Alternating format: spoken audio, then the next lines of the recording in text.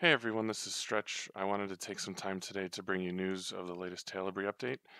This update, scheduled to drop tonight, December 9th, 2018, will be bringing the first iteration of in-game guilds. There are many other changes being rolled into this update, but since the focus is guilds, I wanted to take a few minutes to walk through what they are, what their purpose is, and how to go about getting started with a guild.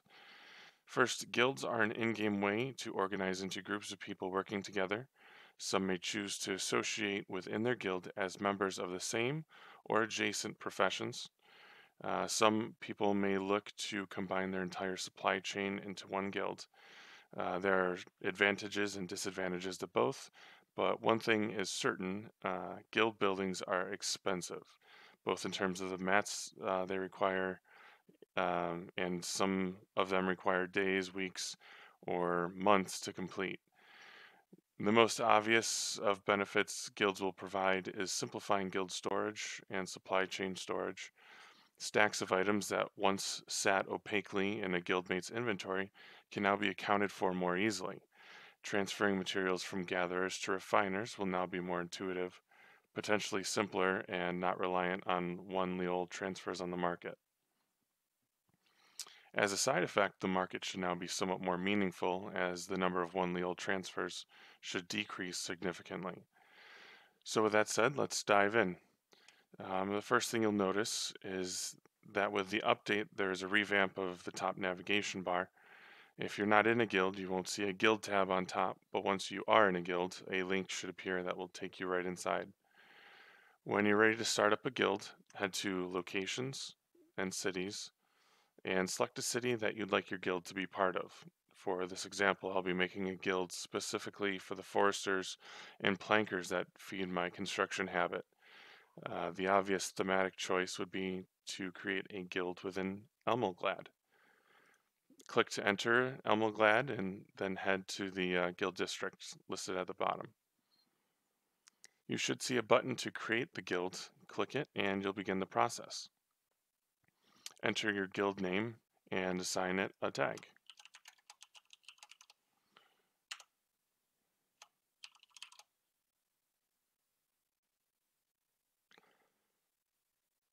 Don't include the brackets when you're putting in your guild tag, just the tag.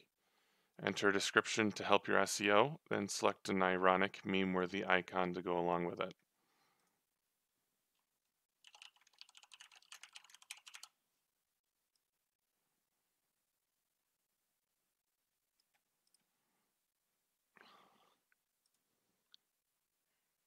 Don't forget that creating a guild will cost you 100,000 leal to start, so be prepared for that expense. Click the create button and you're on your way. Your new guild should be listed at the top. Click the enter button and you'll be presented with your new guild UI. You'll also now see the guild link at the top of the user interface. You start off with a 7-member guild with 7 vault stacks. Both can be upgraded by constructing or buying the next level up guild hall or vault. In this case, let's start with a 15-person guild. I'll need to build a fledgling guild hall and a standard guild hall, and we'll probably want one vault upgrade as well. So I'll construct a level 1 vault.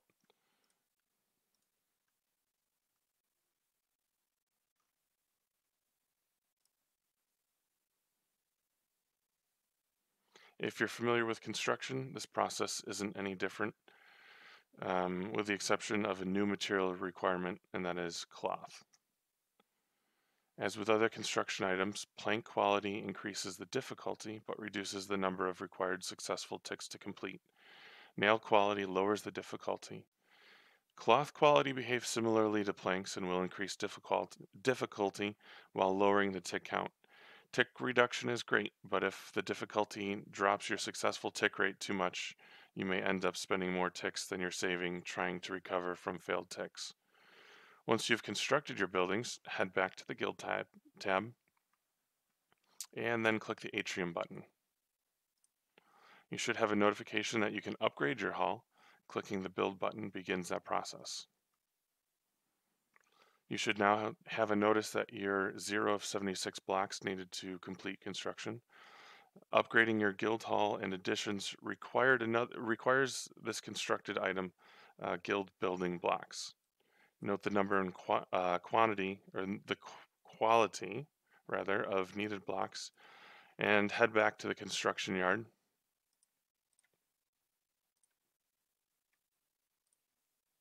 Scroll down to the bottom of the page, and you'll need to queue up the blocks in the quality and quantity you need. You can also buy these off the market if they are being supplied. Once those are done, go back to the guild atrium and click deposit blocks from your inventory. You may select the required tier or higher to complete the construction. Now that I have completed the building, I'm just going to go straight into upgrading it to the next level.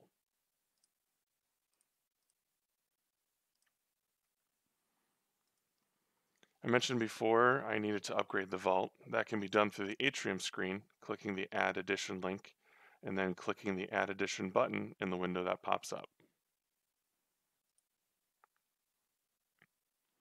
You will need to complete construction by depositing guild building blocks as well. Once this is done, I will have 45 stacks for my foresters and plankers to use.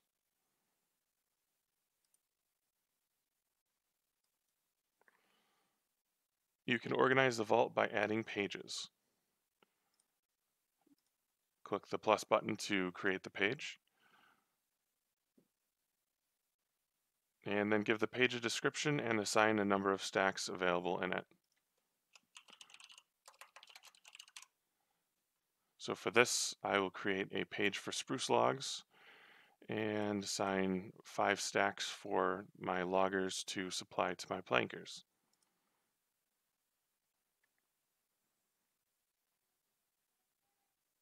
If I go back to the atrium, I will now be able to see, or rather the vault, I will be able to see my spruce logs page.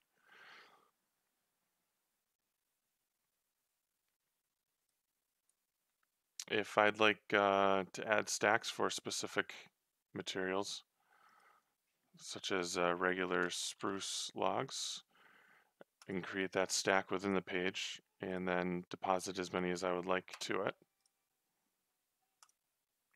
Withdrawing is a similar process. You open up the page, click the minus button, and you can withdraw as many as you want. Once that spruce log or any other stack has been zeroed out, you can delete it entirely.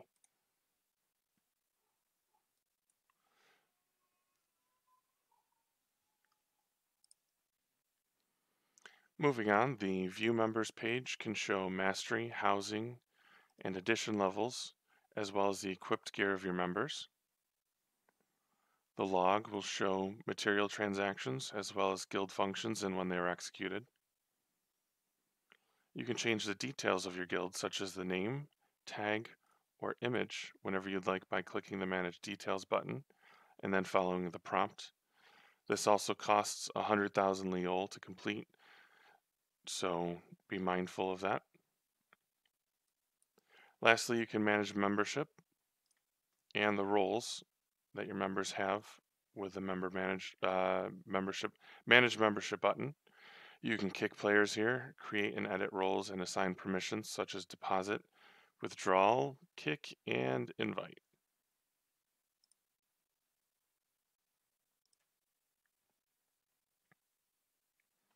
I hope this has been a useful introduction to guilds in Talibri.